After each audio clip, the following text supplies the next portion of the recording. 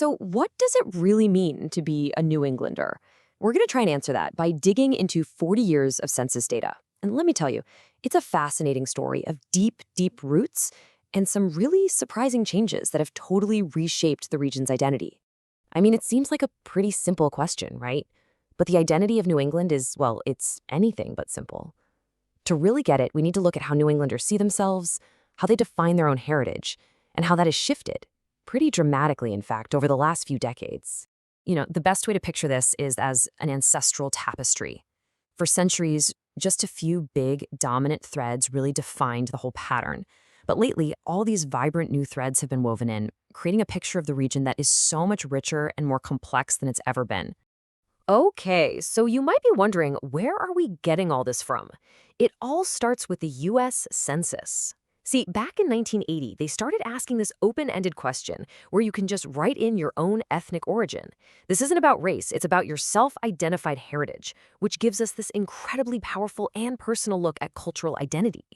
The very first thing that jumps out from the data is that there isn't just one New England. Nope. When you look at Ancestry, the region basically splits right down the middle into two very distinct parts. And this map just lays it all out perfectly, doesn't it? You can see New England splitting into these two halves. You've got the French North, that's Maine, New Hampshire, and Vermont, which is really defined by its English and French Canadian roots. And then you have the Italian and Irish South, Massachusetts, Rhode Island, and Connecticut, with a completely different ancestral signature. Let's zoom in on the North for a second, using Maine as our example. See here? English ancestry is at the top, but French and Irish heritage are right there behind it. This particular mix is the classic signature of that French North, and it's a direct reflection of early colonial history mixed with later migration from Quebec. Now, let's jump way south to Massachusetts, and it's a totally different world.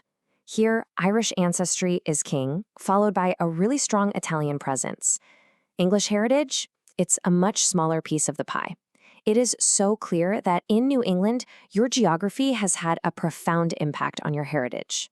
But we can get even more specific than just north and south. The data shows us that history has literally drawn lines across the map, creating these distinct ancestry belts where specific groups are super concentrated. So if we dive a little deeper, the data shows us 4 of these ancestry belts. You've got the French North, of course, the famous Irish Riviera, the Portuguese coast, and the much more modern I-91 corridor. Each one tells a totally unique story about migration and where people decided to call home. All right, first up, the French North. Now, this belt didn't just happen by accident. It is a direct legacy of industrial history. It's populated by the descendants of French Canadians who migrated south to find work in the region's mills. This whole area stretches across northern Maine, New Hampshire, and Vermont, with cities like Lewiston, Maine becoming these major cultural hubs. And get this region still has the single highest concentration of French ancestry anywhere in the United States. Incredible. Okay, next, let's head south to a place you've probably heard of, the Irish Riviera. This is likely the most famous ancestry belt in the whole region, a stretch of coastline known for its incredibly strong Irish-American identity. And Boston is its anchor.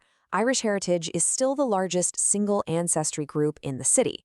In fact, the state of Massachusetts as a whole has the highest percentage of residents reporting Irish ancestry of any state in the entire country. It's a legacy that's just written all over the map. Now for our third belt, which is a story that's completely tied to the sea, the Portuguese coast. This is such a unique cultural zone, shaped by centuries of maritime history that connects New England to these islands way out in the middle of the Atlantic. This belt is really centered on the south coasts of Massachusetts and Rhode Island. We're talking cities like Fall River and New Bedford. For generations, people from the Azores and Madeira came right here to work in the whaling industry, and they created one of the country's largest and most enduring Portuguese communities. And finally, we have a belt that wasn't shaped by mills or whaling ships, but by a modern highway.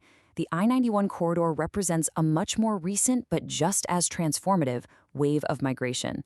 This corridor literally follows Interstate 91 right through the heart of major cities like Springfield, Hartford, and New Haven.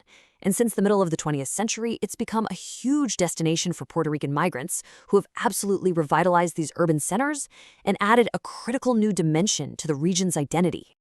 So we've seen all these historical patterns, right? But the story doesn't just stop there.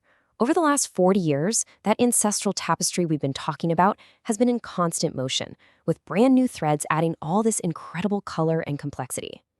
This quote just nails it. It perfectly captures this ongoing transformation. The exact same industrial gateway cities that once welcomed European immigrants have now become these vibrant centers for communities from all across Latin America and the Caribbean. And the numbers, well, they tell the exact same story. In a city like Boston, while Irish and Italian ancestries are still a huge part of the city's identity, their relative share of the population has slowly ticked down over the past 40 years. Now, it's really important to see this not as a replacement, but more as an evolution.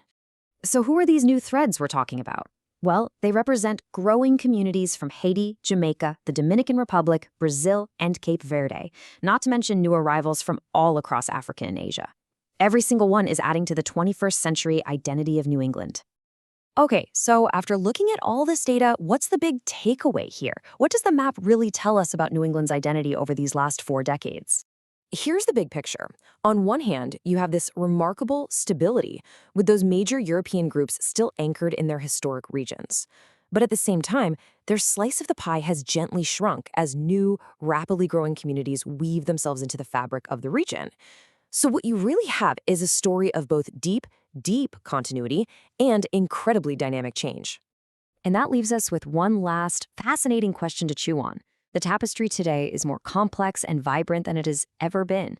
So as all these new threads continue to be woven in, what kind of pattern is going to emerge? What will New England's identity even look like 40 years from now?